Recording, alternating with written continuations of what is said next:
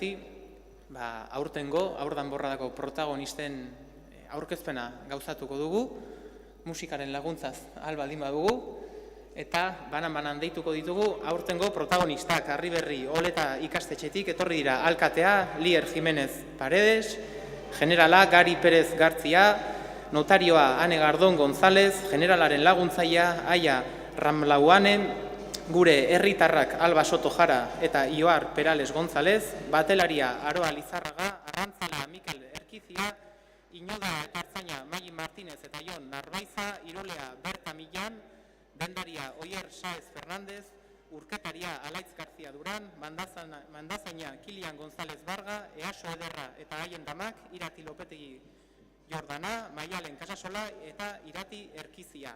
Eta azkenik, geure laguntzaile kutxunak, Balafra Zainak, Iban, Mare, Leia, Irati, Marko, Ian eta Ander.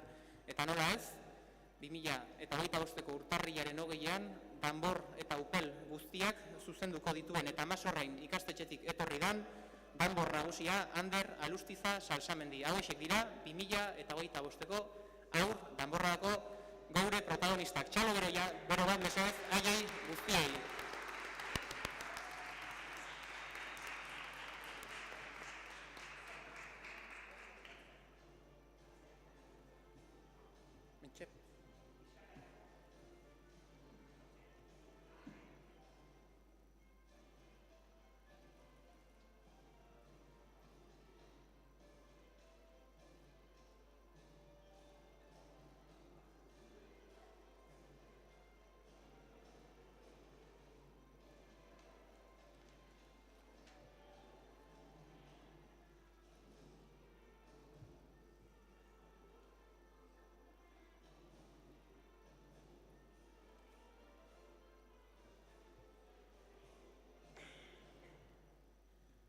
Pixkanaka hasiera emango diogu ekitaldiari, eta gauza berezi bat daukagu gaurko areto honetan, eta da aldi berean bi alkate ditugula, aur danborradako personaiaren gure alkate ordezkaria, baina bestale baita ere, Eneko Goi alkatea geurekin daukagu, beraz berari pasako diotitza. Eskerrik asko, Jon, eguerdion danei. Egia esan, egun hauek oso bereziak izaten dira. Urteko egunik haundienaren bezperetan gauden hauetan ja berotzen goatz eta giroa hartzen goatz, eta benetan polita da gaurkoan hemen ikusten dugun argazki hau, hiritarrok ordezkatzen dituzten pertsonai ezberdinekin eta aur danborradaren protagonista izango direnekin. Arriberri Oleta ikastetxekoak eta baita ere Masorrain ikastodakoak.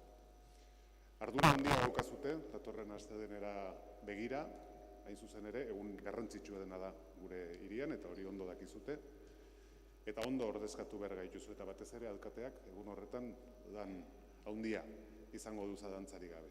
Baina badakit hori seguro ilusioz egingo dezutela, que lo haréis con muchísima ilusión. Y la responsabilidad que tienen ellos, también la tenéis los padres y familiares, algo sé de la movida que representa el traerlos, llevarlos, vestirlos, etcétera, etcétera, pero merece la pena, porque será un día que quedará para el resto de sus vidas. Y seguramente muchos de vosotros y vosotras colocaréis alguna foto en el salón que os lo recordará permanentemente. Así que, nire aldetik besterik ez, bakarrik oso ondo pasatu dezazuela opatzen dizuet, bai denbora guzti honetan eta bereziki astedenean, eguraldia lagun izango degula dirudi, hotza bai, baina horri aurre egitea errexagoa da euriari egitea baino, y ahí tenéis que forrar a los niños por dentro, como se suele hacer cuando hace frío, pero bueno, no pasa nada, no importa nada, porque yo creo que el buen humor y la alegría que reinará ese día hará que no paséis ni frío, ni calor, ni nada. Así que gozatu eta ondo ospatu San Sebastián eguna. Eskerrik asko.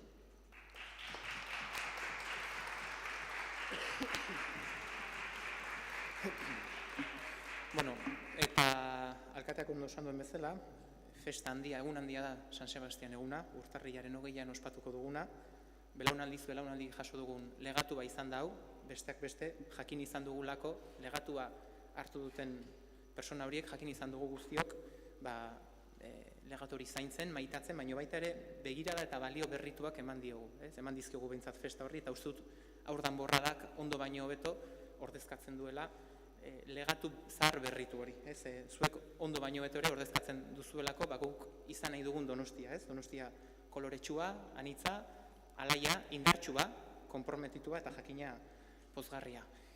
Bueno, como bien decía el alcalde, es una gran responsabilidad la que tiene la tamborrada infantil y la que tenéis vosotros en esta edición en 2025, entre otras cosas porque casi estamos ya a punto de llegar al centenario de la tamborrada infantil. Fue en 1927 cuando la primera tamborrada, Euskal Villera, decidió ponerla a desfilar a los niños por el centro de la ciudad, y casi un siglo más tarde estamos hoy aquí para presentar la tamborrada infantil, una tamborrada infantil que congrega a 5.000 niños y niñas. Pensa dezakezue beraz, kasi 100 urteko ibilbidearen ostean, 5.000 haur izango ditugula hiriko kaleetan zehar danborra, upelak jotzen. 45 konpainia izango ditugu hementxe, udaletxe aurrean urtarrilaren 20an eguerdiko 12etan, San Sebastian martxa danok batera jotzen, eta 4 konpainia, 4 danborra daukiko ditugu, 19an, Kresala, Gaztelubide eta Union Artesana, eta 1 izango dugu Amara auzoan urtarrilaren 20an. Beraz, 49 orotara izango dira Donostiako haur danborradak, eta esan bezala, sekulako harrobia 5.000 persona izango ditugu haur danborrada jotzen. 1927an hasi zan ohitura hori geurera, oraindik ere ekartzen. Apunte txiki bat ere, ikusten duzu hemen dagoen iruditeria guztia, aurreko urtean berritu genuen, Oskar Kaslari dagokio, hemen iruditeria, eta uste duen hori ere gogoratzea garrantzitsua dela. Beraz, alkateak esan duen bezala, zuena izango da kalea, zuena izango da hiria datorren astelenean, eta ohitura jarraituz guk egin deguna izan da, 19. mendeko pertsonaien ordezkaritza bat hemen jarri. Esan bezala, alkatea, notarioa dituzue, herritarrak, batelariak, arrantzaleak, artzainak, inudeak, dendariak, iruleak, urketariak, mandazainak, palafrazainak, eta EASO derra eta bere damak, bere laguntzaileak. Halaxe egin izan dugu aurreko urtetan, eta jakina aurten ere desfile hori isten karrozan, beraiek izango ditugu. Haur danborradaren aurkezpen festa, la fiesta de presentación de la tamborrada infantil, será este viernes en el Teatro Victoria Eugenia a las 12 del mediodía, donde se les colocarán las diversas insignias, y el tambor mayor también recibirá el bastón de mando de la mano del alcalde de la ciudad. Y un apunte que creo que no nos va a hacer falta, pero importante también y por si acaso, si la tamborrada el día 20 por algún casual no se pudiera celebrar, pasaríamos a celebrarlo el 26 de enero. Ya sé que esto no va a ser así, pero creo que es mejor que todos lo tengamos bastante claro desde el principio. Esan bezala, euria ez dugu lagun izango urtarrilaren 20an, baina por si acaso norbait galdetuko balu, inguruan esantzazue baietz. Danborra da 20an egingo dela, baina euria egiten baldin badu, abisatuko dugula goizeko 10:00 eta 26ra igande horretara pasako genukela. Espero horrelakorik ez gertatzea, baina bueno, gauza guztiak, plan B guztiak alaxe behar dituko, ondo prestatuta.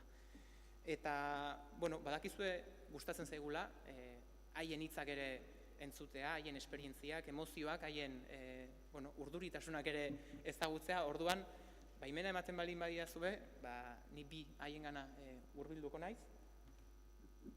Alde batetik daukagu Ander Alustiza, Amasorrain ikastetxetik bera, aurten berari tokatzen zaio sekulako ardura, terri honuntza, ze Ander.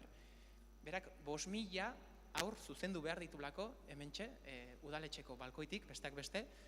Orduan, guk zalantza asko baditugu, Ander, ze nola egiten da, ze gu udala agintariak era, eta tokatzen zaigu ere hiri bat gestionatzeaz da bat ere erraza, baina nola egiten da 5.000 aur aldi berean batera jotzeko, eta bide batez zenbat denboraz egon zara entxeguan, urduri zauden edo ez, hau alda zure lehenengo edizioa da, zer daukazu pixkatola buruan? Oso urduni nago, eta zuzentzeko asko praktikatu. Hau da zure lehendabiziko urtea, edo aurretik egon zara danborra eta upela jotzen? Hau 4. urtea da. 4. urtea. Eta eskolan zer diote? Eskolakidek, klasekidek zer diote? Oso pozik daude, ni izate gaitik. Zuk nola ospatzen duzu eguna? Familia artean, lagun artean? Ze plan daukazu zuke egun horretan? Asko disfrutatzea. Bueno, eskerrik asko Ander. Hori egongo gara, guztiok aber nola zuzentzun duzun, danborra da. Eta, bueno, zorterik onena zuretzat. Eskerrik asko.